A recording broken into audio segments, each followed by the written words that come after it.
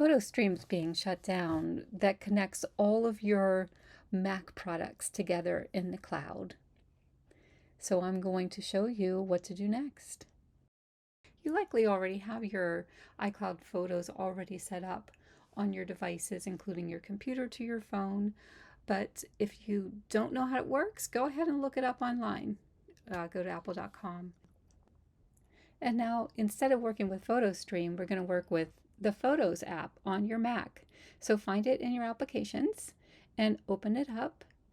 And then you will see that it mimics your phone and how the phone looks. So now if you see here, you can see all your albums as well, the way that you have them set up in your phone. So it's a beautiful thing to find your things very easily. Your info is right there. Anything that your geo, all that, you can scrub through all of your albums to just kind of remind you what's in them. So you can do a quick check. Maybe you can start doing some deletions. I know phones are so easy to keep adding in phone, pictures and screenshots and so forth. So it's a good way to clean up because it cleans up across the board.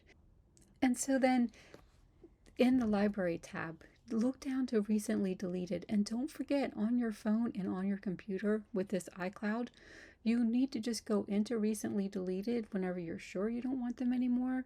Then select all and delete them off because it takes Apple 30 days. And sometimes if you have long videos, these things are taking up space on the computer and on your phone. So whenever it says everything's starting to slow down for you or this space is used up, a lot of times it's because you just aren't getting rid of your things fast enough. Like emptying your trash, it's the same thing. Now I'm going to get into the Photos app. This is my favorite part because this is a really, really comprehensive and powerful app for editing, doing basics on your computer. I can see myself as a journalist using this as an easy way to get the work out because usually we have to do it pretty quickly. So now you can see that I'm prompting different things just to show you. So that was a zoom button. And over here, we have the information button. And I really like this because it's basically your metadata. And so here I'm titling this Women's Cooperative. Now, if you're a blogger or if you're somebody that needs to have titles for any reason, there you are. It's just so simple. And Women's Cooperative, was an argan oil in Morocco, place where they produce argan oil up in the mountains. So I'm going to be using this photo as our example. And so I captioned it argan oil production. And now I'm keywording it. I'm putting Morocco,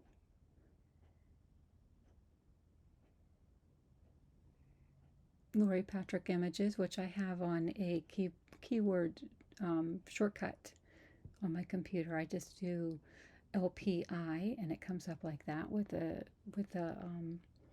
slashes in the middle. And then Photo Coteries, that's my travel company that I do tours around the world. So those are the three keywords for the demo. And then I'm showing you that there's a rotate button, very easy. And I'm going to come back through here, enter full screen if you want to see it without anything around it, because sometimes it's nice to just see it almost like the L button on the Lightroom where it brings it to, takes away all the stuff on the sides and now you can just see your image. So now I'm showing you some powerful tools. Here's the crop tool.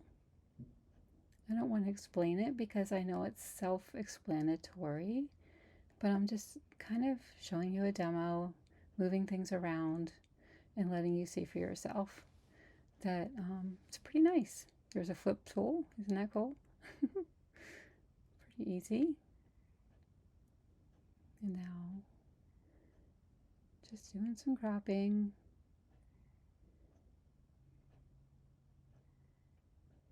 And there we go. Now we're changing the aspect the other way to portrait.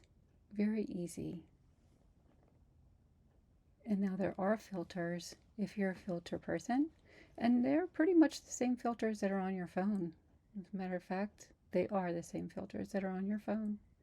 And so you can, if you want it to be as easy as that, and there I'm on a dramatic one, sliding the density.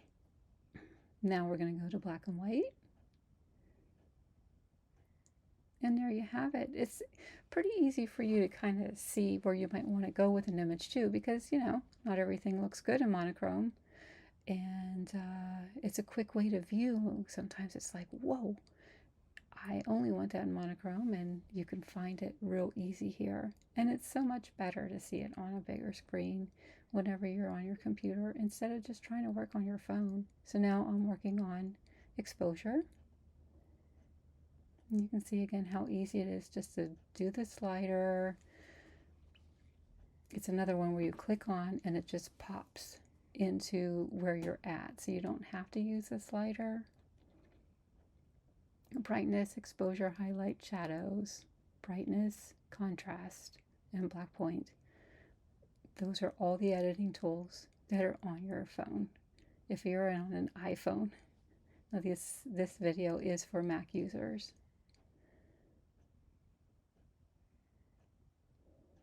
Now those buttons up there, they turn it on and off, obviously. And there's, you know, different things you can do with those. And then I'm just showing you one tab at a time, and now we're on color. So now let's look and see what this does. So, you know, it's obviously your saturation type of button. Okay, and now we have saturation, vibrance, and color cast. So there's your white balance. I don't think there's a dropper in this. There might be. Yeah, anyway. Okay.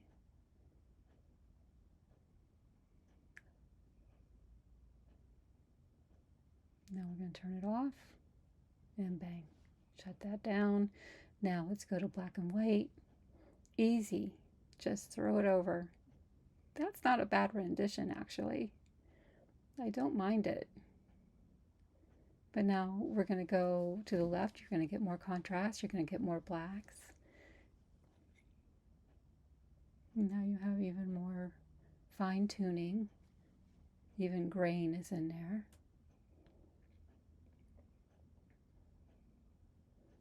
So you can see that it really is for quick work, especially from your phone, you know, from things on your phone. If you don't want to take them from your phone and put them into Lightroom, but you want to use them on your computer and just do some quick edits.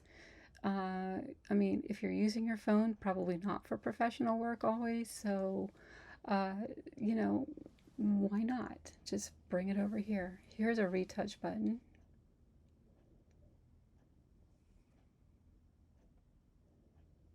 Okay, the next one, I never use red eye.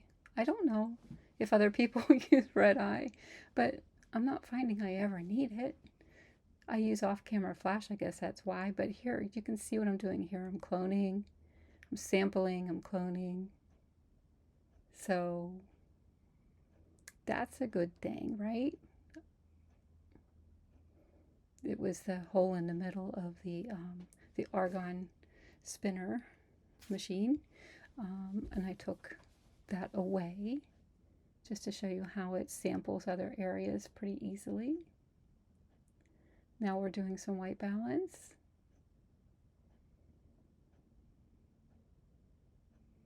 And this one kind of really needed some white balance work because of the colors in the room that day. It was casting a little bit orange on their skin, and their skin tone is already leaning a little towards not orange, but you know, it needed to be balanced out a little bit more so it looks more natural to their traditional skin. And now you can see that there is a curves button, And I know that many people really like working with curves. And so the curve that I'm working with here is for color, the RGB.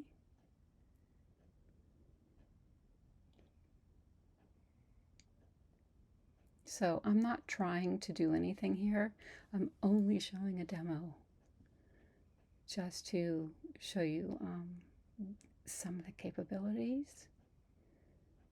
I always end up, when I'm done with one of these sliders, I end up turning it off and bringing it back to center again. See, I'm going to turn it off now.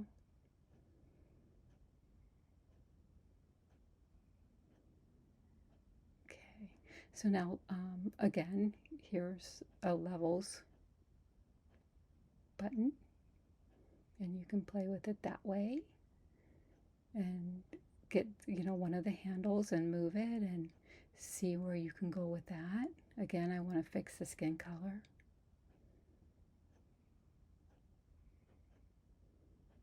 If there's something that you really, really need to fine tune and select and, select with a brush and so forth, then of course you're going to take it into Lightroom or Photoshop or Capture One.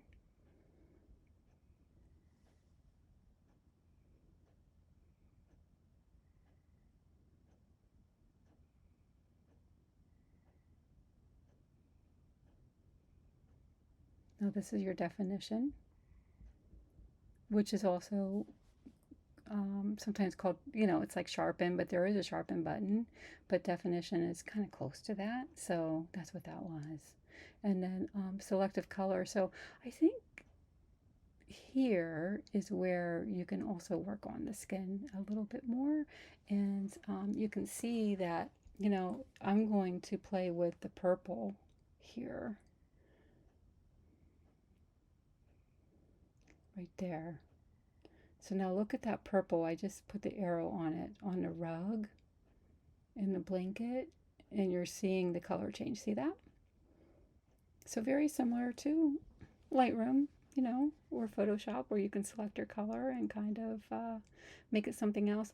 Often I'll take, with couples photos, I often have men that wear, sorry guys, but blue jeans that aren't very photogenic, blue color, and it kind of pulls away from the scene of what I want to portray. So I often will take blue if I'm not, well, I can select it too, so I don't want to get too heavy with this, but I often will take the blue and I'll just kind of like tone it back a little bit and get it into a bluish gray kind of color, and it really helps a lot.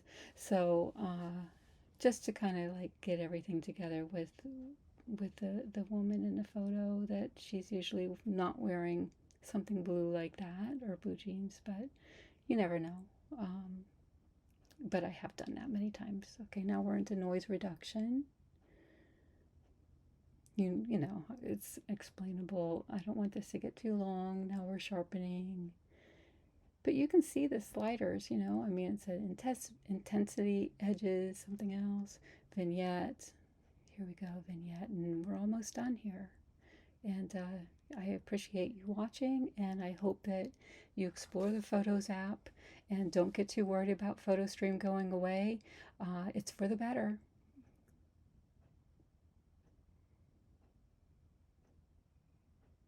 And that's your vignette.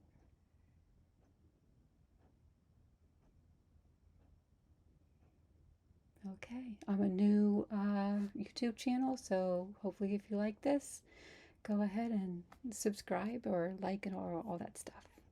Thanks for watching.